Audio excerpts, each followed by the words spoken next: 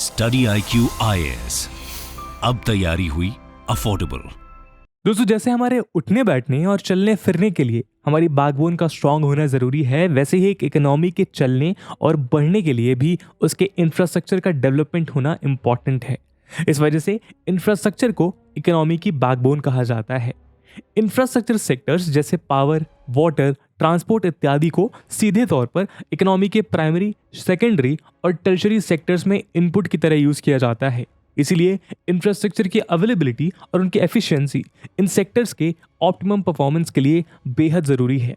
साथ ही एक्सपर्ट्स का मानना है कि इंफ्रास्ट्रक्चर का डेवलपमेंट सिर्फ इकोनॉमिक डेवलपमेंट के लिए ही नहीं, बल्कि एक कंट्री के सोशल डेवलपमेंट के लिए भी इम्पॉर्टेंट है। बीते दशकों में हुई बहुत सी स्टडीज में इंफ्रास्ट्रक्चर डेवलपमेंट और जीडीपी ग्रोथ के बीच एक क्लोज एसोसिएशन देखने को मिला है।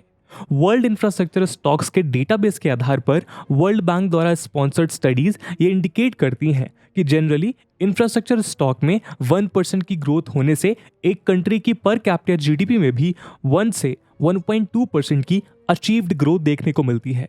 यानी अगर इकोनॉमी को अपने फुल पोटेंशियल पर ग्रो करना है तो उसके लिए उसे अपने इंफ्रास्ट्रक्चर को बहुत तेजी से डेवलप करने की ज़रूरत है। और इसी को ध्यान में रखते हुए इंडिया में भी इंफ्रास्ट्रक्चर डेवलपमेंट के बहुत से greenfield and brownfield projects plan किए गए हैं। लेकिन फिर भी आपको शायद ये बात अजीब लगे कि इंडिया में चल रहे इन प्रोजेक्ट्स में बहुत से प्रोजेक्ट्स अपने टारगेटेड टाइमलाइन से काफ़ी ज़्यादा पीछे चल रहे हैं। इसी डिले को देखते हुए हिरोशिन नाओशी, जो जापान के इंटरनेशनल अफेयर्स और ministry of economy, trade and industry के वाइस मिनिस्टर हैं, उन्होंने दिसंबर 2021 में हुए CII पार्टनरशिप समिट में इस बात पर चिंता जाहिर की कि इंडिया में जापान द्वारा शुरू किए गए बहुत से हैवली इन्वेस्टेड प्रोजेक्ट्स अपनी टाइमलाइन से डिलेड चल रहे हैं। लेकिन ऐसा सिर्फ जापान के प्रोजेक्ट्स के साथ नहीं है, ना ही डिले कुछ चंद प्रोजेक्ट्स तक सीमित है, बल्कि ministry of statistics and programme की अगस्त 2022 की रिपोर्ट के अनुसार 46% सेंट्रल सेक्टर इंफ्रास्ट्रक्चर प्रोजेक्ट्स अपने एक्सपेक्टेड टाइमलाइन से पीछे चल रहे हैं। तो दोस्तों, आइए आज हम इस टॉपिक पे अपनी चर्चा शुरू करते हैं कि इन प्रोजेक्ट्स के डिले होने के पीछे ब्रॉडर स्केल पे क्या रीजंस हैं और इस डिले कल्चर के क्या रिपरकशंस हो रहे हैं। लेकिन दोस्तों, आगे बढ़ने से पहले मैं आपको बता दूं कि इस वीडियो की इंपॉर्टेंस यूपीएससी मेंस एग्जाम के GS3 पेपर के पर्सपेक्टिव से काफ़ी ज़्यादा इंपॉर्टेंट है। इसके बारे में हम वीडियो के अंत में और भी बात करेंगे, पर फिलहाल के लिए अपने डिस्कशन को हम आगे बढ़ाते हैं। Guys, sorry for the interruption, but एक अर्जेंट एंड इंपॉर्टेंट इन्फॉर्मेशन है जो मैं आपके साथ साझा करना चाहता हूं, और वो ये कि स्टडी IQ के UPSC pre plus mains live foundation batches में एडमिशंस 22 अगस्त क्लोज हो रहे हैं, which is basically very close. दोस्तों, इन बैचेस के फीचर्स इस कोर्स को भारत का सबसे अलग कोर्स बनाते हैं। इन बैचेस में आपको सारा का सारा कंटेंट लाइव डिलीवर किया जाएगा। 900 से ऊपर घंटों का लाइव कंटेंट, आपके डाउट्स को क्लियर करने के लिए 1-to-1 मेंटोरशिप, प्रीलिम्स के लिए प्रैक्टिस क्वेश्चंस, मेंस की आंसर राइटिंग प्रैक्टिस होगी। और दोस्तों, ये सब कुछ आपको मिलेगा 18,999 के डिस्काउंटेड प्राइस पे अगर आप AG live coupon code use करते हैं। इन बैचेस में क्लासेस की टाइमिंग मॉर्निंग 8 AM से हो रही है। तो दोस्तों, यदि आपने या फिर आपके किसी दोस्त, भाई बहन किसी ने भी यूपीएससी क्रैक करने का सपना देखा है, तो उस सपने को पूरा करने का इससे अच्छा मौका नहीं मिल सकता। इन बैचेस से रिलेटेड सभी इंपॉर्टेंट लिंक्स आपको पिन कमेंट में मिल जाएगी, और जो कोड आपको यूज करना है वो है AG लाइव। और अब आप अपना वीडियो एंजॉय कर सकते हैं। बाकी सभी अपडेट्स के लिए आप मुझे मेरे सोशल मीडिया हैंडल्स पे फॉलो कर सकते हैं। दोस्तों, राज्यसभा में जुलाई 2022 में दिए अपने स्टेटमेंट में minister of state for statistics Rao Inderjit Singh ने बताया कि road transport and highway sector में सबसे ज्यादा 843 ऑनगोइंग प्रोजेक्ट्स में से 301 प्रोजेक्ट्स डिलेड हैं। वहीं रेलवे से रिलेटेड सेगमेंट में 211 में से 127 प्रोजेक्ट्स और पेट्रोलियम सेक्टर में 139 में से 91 प्रोजेक्ट्स डिलेड हैं। दोस्तों, हम आपकी जानकारी के लिए बता दें कि सेंट्रल सेक्टर के वो इंफ्रास्ट्रक्चर प्रोजेक्ट्स जिनकी कुल लागत 150 करोड़ से ज़्यादा होती है, उन्हें मॉनिटर करने की जिम्मेदारी ministry of statistics and programme implementation के अंडर आने वाले infrastructure and project monitoring division यानी कि IPMD की होती है। इन प्रोजेक्ट्स के बारे में इंप्लीमेंटिंग एजेंसीज जो भी information online computerise monitoring system यानी कि OCMS को प्रोवाइड कराती हैं, उन्हें एनालाइज कर infrastructure and project monitoring division IPMD इनके कॉस्टिंग और वर्कफ्लो को मॉनिटर करता है। जून 1, 2022 की स्थिति में कुल 1568 central sector infrastructure projects OCMS में इनलिस्टेड थे। रुपीज 26,54,818.05 करोड़ थी, लेकिन इन 1568 प्रोजेक्ट्स में से 721 प्रोजेक्ट्स डिले हो चुके हैं और इस डिले के चलते उनकी ओवरऑल कॉस्ट लगभग रुपीज 3,28,126.34 करोड़ से बढ़ चुकी है। दोस्तों, ministry of statistics and programme implementation द्वारा पार्लियामेंट में फिल्ड रिटन रिप्लाई में कुछ अनबिलीवेबल फैक्ट्स भी सामने आए हैं। जैसे Bangalore Sathyamangalam rail line project, जिसे 1996 में ही फाइनल अप्रूवल मिल गया था, ये इंडिया के ऑनगोइंग इंफ्रास्ट्रक्चर प्रोजेक्ट्स में से सबसे ज़्यादा डिलेड प्रोजेक्ट है, क्योंकि ये प्रोजेक्ट अपनी निर्धारित कंप्लीशन डेडलाइन को लगभग 312 मंथ से ओवरशूट कर रहा है। साथ ही Munirabad Mahbubnagar rail line project भी 276 मंथ्स और Udhampur Srinagar Baramulla rail project 245 month की देरी से चल रहा है। इस रिटन रिप्लाई में ये बात भी सामने आती है कि इंडिया के टॉप 20 डिलेड प्रोजेक्ट्स में से 12 रेलवेज के हैं।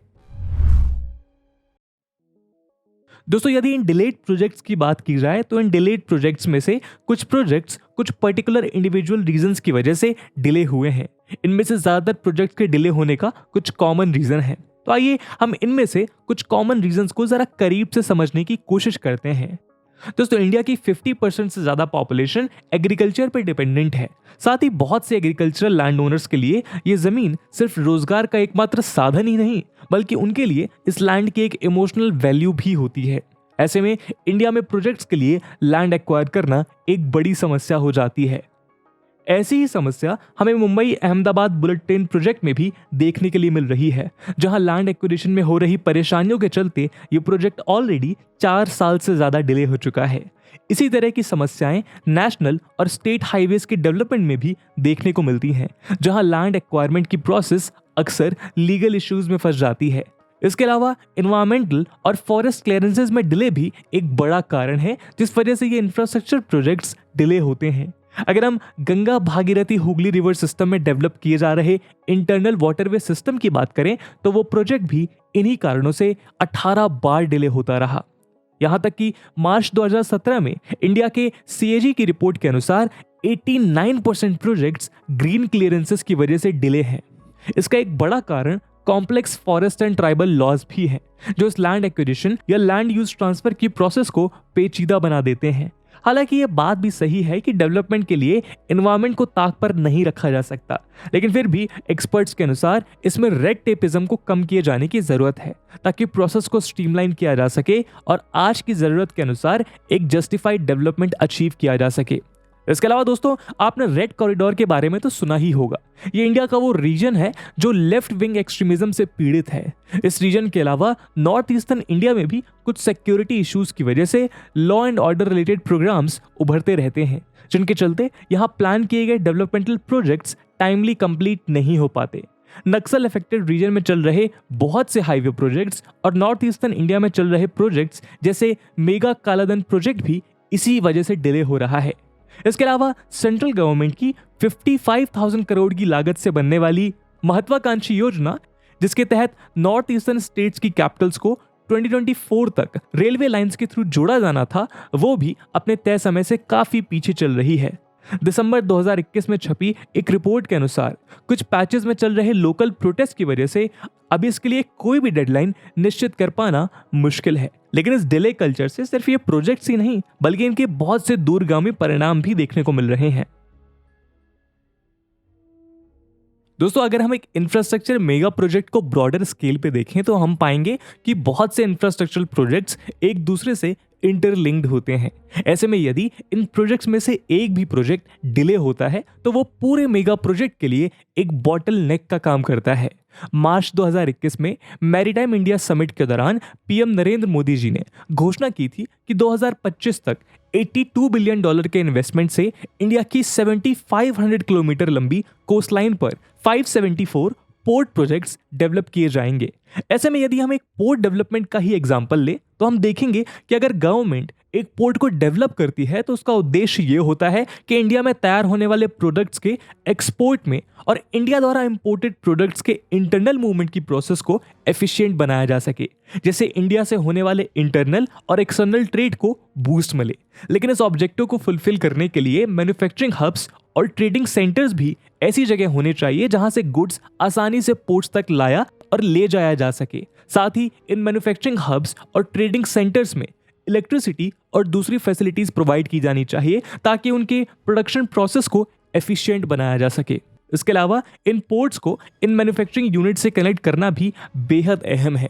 ऐसे में मैन्युफैक्चरिंग यूनिट से पोर्ट्स तक ट्रांसपोर्टेशन और फ्रेट मूवमेंट की व्यवस्था दुरुस्त होनी चाहिए, जिसके लिए इसे बाय रोड ट्रांसपोर्ट, वाटरवेज और बाय रेलवे लाइन भी इन पोर्ट से जोड़े जाने की जरूरत है।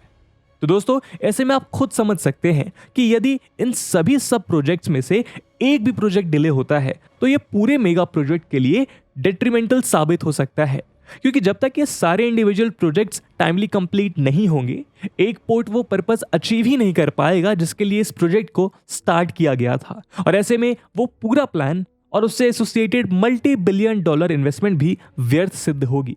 इसके अलावा किसी भी इंफ्रास्ट्रक्चर प्रोजेक्ट की प्लानिंग करते समय सबसे पहले उस प्रोजेक्ट की एस्टिमेटेड कॉस्ट को उस प्रोजेक्ट से होने वाले सोशियो इकोनॉमिक बेनिफिट्स और साथ ही फ्यूचर में उस प्रोजेक्ट से होने वाले लॉन्ग टर्म इन्वायरमेंटल इफेक्ट से कंपेयर किया जाता है, ताकि अंदाजा लगाया जा सके कि एक प्रोजेक्ट का रिटर्न ऑन इन्वेस्टमेंट क्या है। अब ऐसे में यदि कोई प्रोजेक्ट कुछ साल डिले हो जाता है तो उसके कॉस्ट एस्टिमेशंस भी बढ़ जाते हैं, क्योंकि इन्फ्लेशन की वजह से एक प्रोजेक्ट का नेट इनपुट कॉस्ट कई गुना तक बढ़ जाता है। साथ ही जैसा कि हमने देखा कि इंडिया में कुछ प्रोजेक्ट्स तो एक डिकेड से भी ज्यादा डिले हो चुके हैं। ऐसे में उन प्रोजेक्ट्स को प्लान करते समय जिन पैरामीटर्स को एनालाइज किया गया था, इतने सालों में तो वो पैरामीटर्स ही चेंज हो जाते हैं, और साथ ही इतने समय में तो कंस्ट्रक्शन टेक्नोलॉजीज और प्रोसेस में जमीन आसमान का अंतर आ जाता है। ऐसे में किस तरह के स्टैटिस्टिकल इश्यूज से दो चार होना पड़ सकता है, आप खुद ही समझ सकते हैं। इसे अगर हम एक एग्जाम्पल के माध्यम से समझें तो कोसी रेल महासेतु के इनिशियल रिकंस्ट्रक्शन के लिए 2002 और 3 में रुपीस 323.41 करोड़ का अमाउंट सैंक्शन किया गया था, और इसके लिए इनिशियल डेडलाइन 2009 एंड 10 में रखी गई थी, लेकिन इस सितंबर 2020 में जाकर कंप्लीट हो पाया। और इस बीच चेंज्ड सेफ्टी पैरामीटर्स और मटेरियल रिक्वायर्ड अपडेशन की वजह से इस ब्रिज के construction style, net variable load और विड्थ को भी बढ़ाना पड़ा। साथ ही चूंकि कोसी रिवर का फ्लो और रिवर कोर्स फ्लड्स की वजह से शिफ्ट होता रहता है, इसलिए इस ब्रिज की लोकेशन को लेकर ओवरऑल सर्वेइंग भी फिर से नए सिरे से करनी पड़ी, जिसके चलते इस ब्रिज के बनते बनते इसके कंस्ट्रक्शन की नेट कॉस्ट 59% बढ़कर 516 करोड़ हो चुकी थी। साथ ही इन प्रोजेक्ट्स में होने वाले फॉरेन इन्वेस्टमेंट के सिलसिले में भी प्लानिंग के दौरान इन्वेस्टमेंट कॉस्ट एस्टिमेशन और इंटरेस्ट अमाउंट कैलकुलेशन में जिस फॉरेन करेंसी कन्वर्जन रेट्स का इस्तेमाल किया जाता है, वो इन डिलेज की वजह से फ्यूचर में डिस्टॉर्शन पैदा करते हैं, जिसके चलते ओवरऑल कंस्ट्रक्शन कॉस्ट तो बढ़ती ही है, साथ ही इन लोन्स और कैपिटल इन्वेस्टमेंट के रीपेमेंट के समय इंटरेस्ट लोड भी बढ़ जाता है।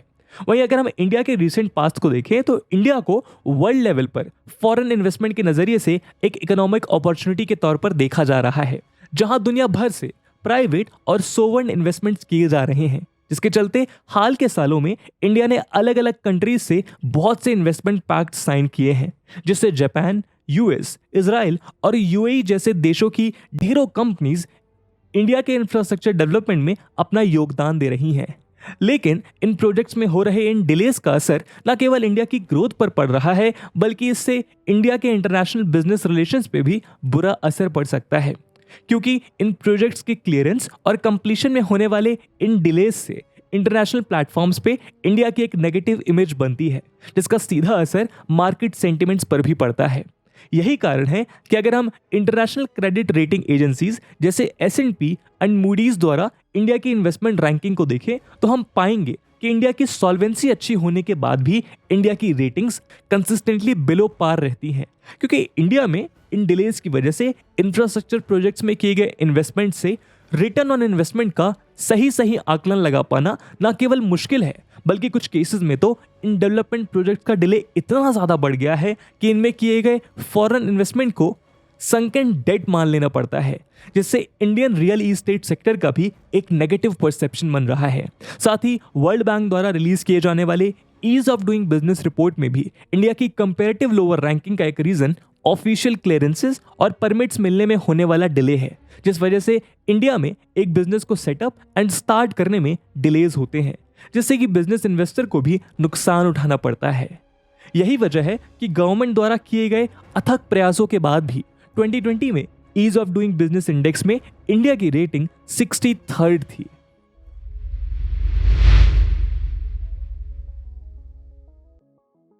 दोस्तों, इन डिलेज से होने वाली इन समस्याओं से ये साफ पता चलता है कि इस सब के चलते टैक्स पेयर्स का कितना पैसा वेस्ट होता है। साथ ही इकोनॉमिक पर्सपेक्टिव से भी अगर कोई चीज सबसे ज्यादा इंपॉर्टेंस रखती है तो वो है एफिशिएंसी। अगर कोई प्रोसेस या प्रोजेक्ट एफिशिएंट होगा तभी वो इकोनॉमिकली वायबल हो पाएगा और तभी उससे हम ऑप्टिमम बेनिफिट उठा पाएंगे। और जैसा हमने देखा कि ये बात इंफ्रास्ट्रक्चर प्रोजेक्ट्स पे भी सही बैठती है। अगर इंडिया को वर्ल्ड इकोनॉमिक लैडर पे ऊपर चढ़ते हुए एक सुपर पावर बनना है तो हमें इन हर्डल्स को दूर करने और प्रोसेस को और ज्यादा स्ट्रीमलाइन करने की जरूरत है। क्योंकि अगर हम मेगा प्रोजेक्ट्स के डिले की बात करें तो जैसा हमने देखा कि कुछ प्रोजेक्ट्स तो ऑलमोस्ट 1 से 2 डिकेड तक पेंडिंग रहे हैं, यानी कि एक पूरी जनरेशन उनका बेनिफिट उठाने और उनसे होने वाले डेवलपमेंट से वंचित रह गई है। और ऐसे में हमारा देश भी रुक रुक कर आगे बढ़ने को मजबूर है।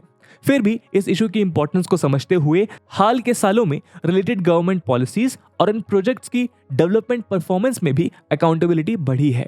इसी को लेकर अपनी वर्किंग एफिशिएंसी के लिए मशहूर minister of road transport and highways of India Nitin Gadkari ji ने दिसंबर 2021 में गवर्नमेंट सिस्टम के लाचार रवैये और रिस्पॉन्सिबल ब्यूरोक्रेसी के इनडिसिसिव एटीट्यूड पर सवाल उठाए थे। साथ ही उन्होंने जुडिशरी से भी ये अपील की थी कि इंफ्रास्ट्रक्चर प्रोजेक्ट से रिलेटेड कॉन्ट्रैक्ट्स और फाइनेंशियल केसेस का निपटारा जल्दी करने पर ध्यान दिया जाए ताकि पास्ट की मिस्टेक्स आगे न दोहरानी पड़े। साथ ही अप्रैल 2021 में नितिन गडकरी जी ने अपने प्रेस रिलीज में बताया कि national highway authority of India ने 2020 एंड 21 में हाईएस्ट क्वालिटी के स्टैंडर्ड को मेंटेन रखते हुए फास्टेस्ट रोड कंस्ट्रक्शन में नए कीर्तिमान स्थापित किए हैं। और मार्च 2021 में NHAI ने तीन बार Guinness book of world records में अपनी जगह बनाई। दोस्तों, NHAI ने यह अविश्वसनीय लक्ष्य हासिल करने के लिए ग्रीनफील्ड दिल्ली वडोदरा मुंबई 8 लेन एक्सप्रेसवे प्रोजेक्ट में 2.5 किलोमीटर की 4 लेन कंक्रीट रोड के पैच को 24 घंटों के अंदर कंप्लीट किया। साथ ही सोलापुर बीजापुर रोड की एक लेन के 25 किलोमीटर के पैच को भी 24 आवर्स के अंदर ही बनाया गया। इसके अलावा NHAI ने NH52 में भी 25.54 किलोमीटर की सिंगल लेन का कंस्ट्रक्शन वर्क महज 18 घंटों में पूरा कर लिया। ऐसे में इंडिया में चल रहे पुणे मुंबई हाइपरलूप प्रोजेक्ट जिसे 2029 में पूरा होना है, साथ ही 2004 से बन रहा चेनाब नदी पर दुनिया का सबसे ऊंचा रेलवे आर्क ब्रिज और 12,000 करोड़ की लागत से बन रहे 4 धाम महामार्ग विकास परियोजना से भी आशा जताई जा रही है कि अब शायद भारत में ये डिले कल्चर खत्म हो जाए। फिर भी ये तो आने वाला वक्त ही बताएगा कि भारत अपनी इन कोशिशों में कितना सफल हो पाता है। तो दोस्तों, ये थी एक केस स्टडी जहां पे हमने ब्रॉडली डिस्कस किया कि कैसे इंफ्रास्ट्रक्चर प्रोजेक्ट्स में डिले भारत के लिए कितने नुकसानदायक साबित हो सकते हैं। इस मुद्दे पे आपका क्या ओपिनियन है, कमेंट सेक्शन में जरूर बताइएगा। और जैसा कि वीडियो के पहले भाग में हमने बताया कि इस वीडियो की इंपॉर्टेंस यूपीएससी मेंस एग्जामिनेशन के पर्सपेक्टिव से बहुत इंपॉर्टेंट है और उसी इंपॉर्टेंस को देखते हुए एक सवाल हम आपके लिए छोड़कर जा रहे हैं जिसको आपको कमेंट सेक्शन में आंसर करना है। And the question is, investment in infrastructure is essential for rapid and inclusive economic growth, discuss in the light of India's experience.